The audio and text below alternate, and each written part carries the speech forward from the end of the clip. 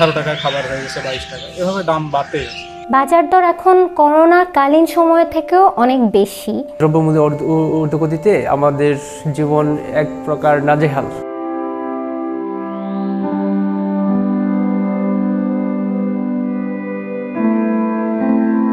দ্রব্যমূল্যের ঊর্ধ্বগতি সব কিছুতে বেড়ে যাচ্ছে, যেমন খাওয়া দাওয়া, তারপর হচ্ছে লেখাপড়া কস্ট, যাতায়াত কস্ট, তারপরে হচ্ছে মেস।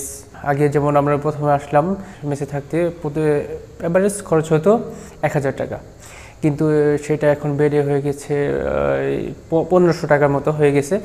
আর মিল খরচ অনেক বেড়েছে, যেমন আগে ছিল 60 টাকার মধ্যেই মিল ছিল, কিন্তু এখন তা 75 থেকে 80 টাকার মধ্যে হয়ে গেছে।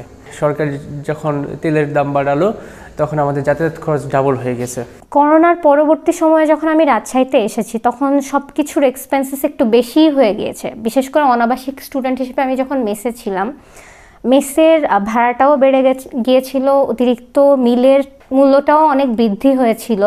বাজার দর এখন করোনাকালীন সময় থেকেও অনেক বেশি। তো সব মিলিয়ে প্রথম দিকে আমি যেমন 6 থেকে 7 হাজার টাকার মধ্যে লাইফস্টাইলটা অ্যাফোর্ড করতে পারতাম, এখন সেটা সম্ভব হয় না। এখন মোটামুটি 10,000 টাকা আমার মান্থলি লেগেই যায়। আর যেহেতু আমি মধ্যবিত্ত ফ্যামিলির মেয়ে, তো আমার প্যারেন্টসের ওপরে একটু প্রেশার হয়।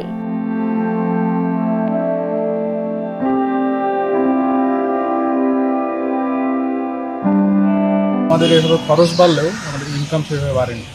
আমরা যেহেতু স্টুডেন্ট, আমাদের টিউশনের মাধ্যমে চলতে হয়। টিউশনের যখন টাকা বাড়ানোর কথা বলা হয় তখন তারা বলে যে আমাদেরও খরচ বেড়ে গেছে, আমরা কীভাবে আপনার খরচ বাড়ায়, আপনার স্যালারিটা বাড়ায়। ফলে আবাসিক শিক্ষার্থীদেরও যে প্রবলেম থাকে সেটা হচ্ছে খাওয়ার প্রবলেম। ডাইনিংয়ে যে খাবারটার দাম ছিল আগে 22 টাকা বা 21 টাকা, সেটা এখন হয়ে গেছে 24 টাকা, বা 18 টাকার খাবার হয়ে গেছে 22 টাকা, এভাবে দাম বাড়তেই আছে। কোনো কিছু আগের মতো নাই। এবং সবার লাইফে যাদের আগে থেকে প্রবলেম ছিল, অনেকে আবাসিক শিক্ষার্থীরা থাকে যাদের ফিনান্সিয়াল প্রবলেম থাকে, তাদের প্রবলেমটা আরও গুরুতর হয়ে গেছে। আমরা 30 তারিখ বা 1 তারিখে যে টিউশনের টাকাটা পাই, সেটা আমাদের টুথপেস্ট, সাবান এগুলো ক্রয় বাদ দেওয়ার পরে প্রায় 15 থেকে 1500 বা 2000 টাকা হাতে থাকে, যেটা দিয়ে আসলে আমাদের পুরোপুরি ডাইনিংয়ের উপর নির্ভর হতে হয়। আর আমরা জানি যে ডাইনিংয়ের খাবার ব্যবস্থা খুবই খারাপ। এখানে হচ্ছে আমাদের যে প্রয়োজনীয় যে পুষ্টির উপাদান সেটাও আমরা পাই না। তো সেই ক্ষেত্রে আমি বলবো যে আমাদের ভার্সিটি কর্তৃপক্ষকে অনুরোধ করব যে আমাদের মিনিমাম পুষ্টিটা যাতে আমাদের ডাইনিং থেকে পাই, এই বিষয়টা যেন একটু খেয়াল রাখা হয়। তেল, তারপর অন্যান্য সামগ্রী, চাল, এইগুলোর দাম বেড়ে যাওয়ার কারণে দেখা যায় যে রুমে রান্না করলে অনেক টাকা পড়ে যায় আর কি। এর জন্য ডাইনিংয়ের যে আমাদের একটা পুষ্টিহীন যে খাবার দেখা যায়, ওইটা খাবারটাই আমরা খাইতে বাধ্য হই।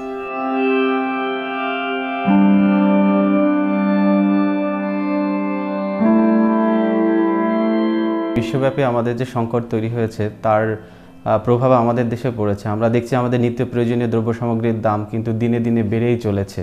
এই ঊর্ধ্বগতির ফলে আমাদের শিক্ষার্থীরা কিন্তু অনেক ধরনের আর্থিক চাপে পড়ছে। যারা ক্যাম্পাসের বাইরে থাকে তাদের জন্য আমরা দেখছি যে আমাদের খরচ সাশ্রয় করতে যে আমাদের ট্রান্সপোর্ট কিন্তু কমায় দেওয়া হয়েছে। তো ফলে তারা যখন প্রাইভেট ট্রান্সপোর্ট ইউজ করছে তখন কিন্তু তাদের অনেক কস্ট বেড়ে যাচ্ছে। তাদের ফুড কস্ট কিন্তু অনেক বেড়ে গেছে, তাদের ইলেকট্রিসিটির বিল অনেক বেড়ে গেছে। তো এরকম একটি বাস্তবতায় যেটি আসলে আমার মনে হয় যে করণীয়। আমাদের বিশ্ববিদ্যালয়ের পক্ষ থেকে আমরা জানি বিশ্ববিদ্যালয়ে প্রচুর অর্থ বিনিয়োগ হচ্ছে বিভিন্ন অবকাঠামোগত উন্নয়নে। তো পাশাপাশি শিক্ষার এই মান উন্নয়ন করতে গেলে আমাদের যারা শিক্ষার্থী তাদেরও কিন্তু ফুডিংটা খুবই গুরুত্বপূর্ণ। তো সেই বিষয়ে আমি মনে করি যে সেখান থেকে তাদের ফুডে সাবসিডাইজ করা উচিত আর কি। সংবাদ, ফিচার ও অনুষ্ঠানের জন্য ভিজিট করুন সংবাদ প্রকাশের ওয়েবসাইট এবং যুক্ত থাকুন ফেসবুক পেজ ও ইউটিউব চ্যানেলের সঙ্গে।